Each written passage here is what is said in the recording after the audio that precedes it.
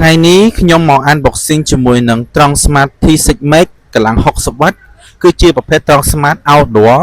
ដែលបង្កើតសំឡេងបានរហូតទៅដល់360លើក្រេគឺសម្រាប់ថាអ្នកដាក់ក្នុងផ្ទះដាក់ក្នុងហាងអី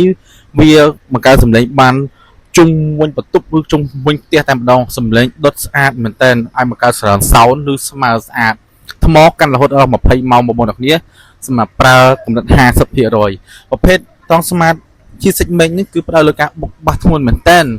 គឺធ្វើបានល្អសម្រាប់ក្នុងបន្ទប់ណាបាទហើយវាមានពីរសំឡេងអាចបដូរខ្លះពីសំឡេងបុកធ្ងន់ដល់បុកស្រាលបងប្អូនអ្នកគ្នាមានកម្រិតការពារទឹករហូត IPX5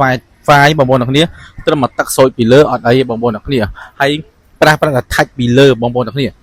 Yes វាអាចផ្សាយចូលគ្នាជា2ក៏បានដែរបងប្អូននេះមិនសិនជាមាន2គ្រាប់អាចផ្សាយចូលគ្នាអាចបង្កើតជា